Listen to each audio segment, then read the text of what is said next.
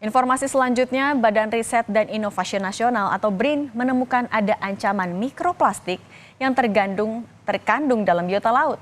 Sedangkan Indonesia merupakan negara terbesar kedua produsen perikanan di dunia setelah Tiongkok. Bagaimana sikap pemerintah menindaklanjuti permasalahan tersebut? Berikut liputan selengkapnya untuk Anda yang didukung Internews Earth Journalism Network.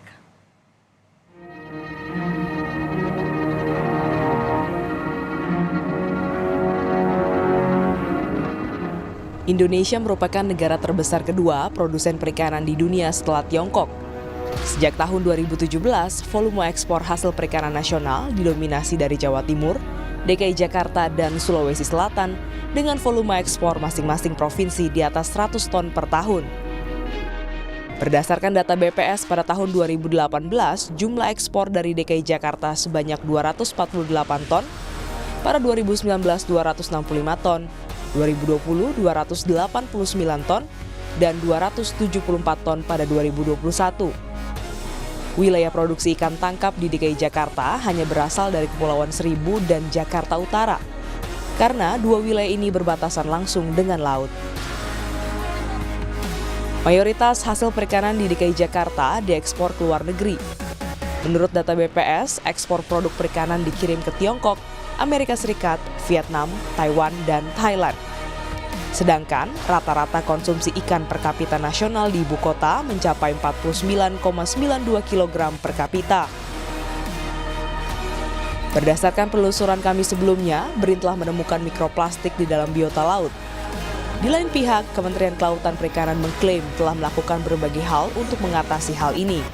Nah, di tingkat global yang lain selain di Our Ocean Conference, baik itu tahun 2018 di Bali, kemudian terakhir kemarin yang di Panama, itu juga menjadi concern bersama dan kita sudah membuatkan komitmen situ sesuai dengan peraturan presiden yang tadi sampaikan, ya target kita sampai 2025 itu akan mengurangi 70%. Penelitian BRIN juga menunjukkan mikroplastik menyebar dengan proses alam yang terjadi. Dan akhirnya biota laut mengonsumsi partikel-partikel mikro tersebut dan memperluas penyebarannya. Tak terlepas dari penelitian BRIN, mikroplastik ini akan meluas di tingkat nasional dan global.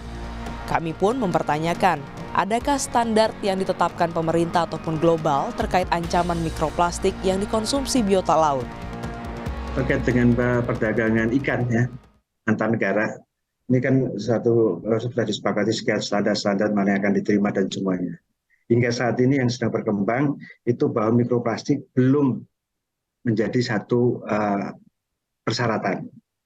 Namun Indonesia sedang menyiapkan dengan baik agar supaya suatu ketika itu menjadi standar, Indonesia sudah siap di situ. Kami turut menyoroti bagaimana dampak mikroplastik terhadap kesehatan, seperti yang dijelaskan oleh Kementerian Kesehatan terkait hal tersebut. Antara lain gangguan adalah terkait satu, kelainan endokrin. Jadi kelainan endokrin ini misalnya bisa memacu timbulnya kencing manis atau penyakit gula ya. DM tipe 2 itu bisa dipacu oleh cemaran plastik ini, ya, mikroplastik ini. Kemudian yang berikutnya juga bisa menimbulkan gangguan reproduksi, baik itu pada laki-laki maupun juga perempuan. Ya. Kemudian juga bisa menimbulkan masalah faktor risiko kemunculan kanker dan juga berbagai penyakit yang lain terkait dengan cemaran mikroplastik. Tentu ini kalau paparannya lama, kemudian jumlahnya cukup dan terus-menerus. Hal ini juga dikuatkan dari rilis yang dikeluarkan oleh United Nations Environment Program atau UNEP, organisasi PBB yang bergerak di bidang lingkungan, tentang bahaya kesehatan jika mengonsumsi makanan yang terpapar mikroplastik. Hal ini bisa menyebabkan sejumlah penyakit dan gangguan perkembangan seperti diabetes, toksisitas pada syaraf, reproduksi dan perkembangan. Bahkan bisa menimbulkan efek genetik yang dapat diwariskan dari orang tua ke anak selama beberapa generasi. Menurut UNEP, masyarakat di negara berkembang paling tidak mampu mengelola beban lingkungan, kesehatan, sosial, dan budaya akibat polusi plastik karena kurangnya dukungan dana pemerintah. Artinya, perempuan, anak-anak, masyarakat pesisir, dan masyarakat yang bergantung pada laut merasakan dampak yang lebih parah. Ikan sebagai sumber protein hewani sering menjadi pilihan masyarakat untuk mencukupi kebutuhan gizi. Namun, masih ada juga masyarakat yang belum paham soal kontaminasi mikroplastik pada ikan serta bahaya yang mengintai. Ibu tahu nggak sih kalau ada mikroplastik di dalam tubuh ikan? Oh, mikroplastik. Apa itu ya? Berbahaya tidak? Tahu nggak sih kalau udah ditemukan mikroplastik di dalam tubuh ikan? Wah, saya belum tahu mikroplastik itu apa ya. Terus bahaya nggak kalau misalkan kita mengkonsumsi ikan ada mikroplastiknya? Soalnya saya juga baru dengar ada mikroplastik. Tahu nggak sih kalau sekarang udah ditemukan mikroplastik di dalam tubuh ikan? Belum pernah dengar sih dan belum pernah tahu juga. The Godfather of Microplastic sekaligus peneliti sampah laut internasional dari Universitas Plymouth di Inggris menyatakan siap memberikan rekomendasi mengenai mikroplastik ini. The body with the jurisdiction. So if they wanted to convene a working group, they would need to do that and to invite scientists to then give their opinions, to give their evidence. Does that make sense? It's not something that the scientists can drive. Would have to be driven by the World Health Organization. Kementerian Perindustrian sebagai pihak yang dapat menekan produksi sampah plastik dari hulu hingga hilir menilai ada solusi untuk permasalahan mikroplastik ini.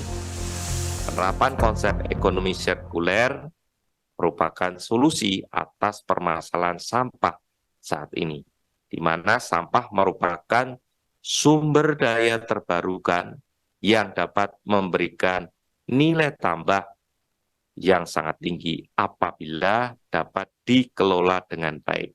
Tentunya perlu didukung dengan perubahan pola pikir masyarakat dalam memilah sampah, khususnya sampah plastik, dan peningkatan pemerataan infrastruktur pengelolaan sampah serta sistem pengelolaan yang baik sepatutnya menjadi fokus perbaikannya.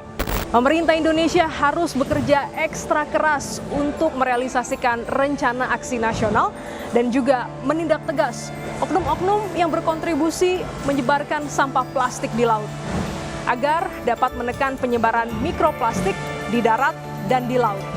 Glenis Oktania, Kompas TV, Jakarta.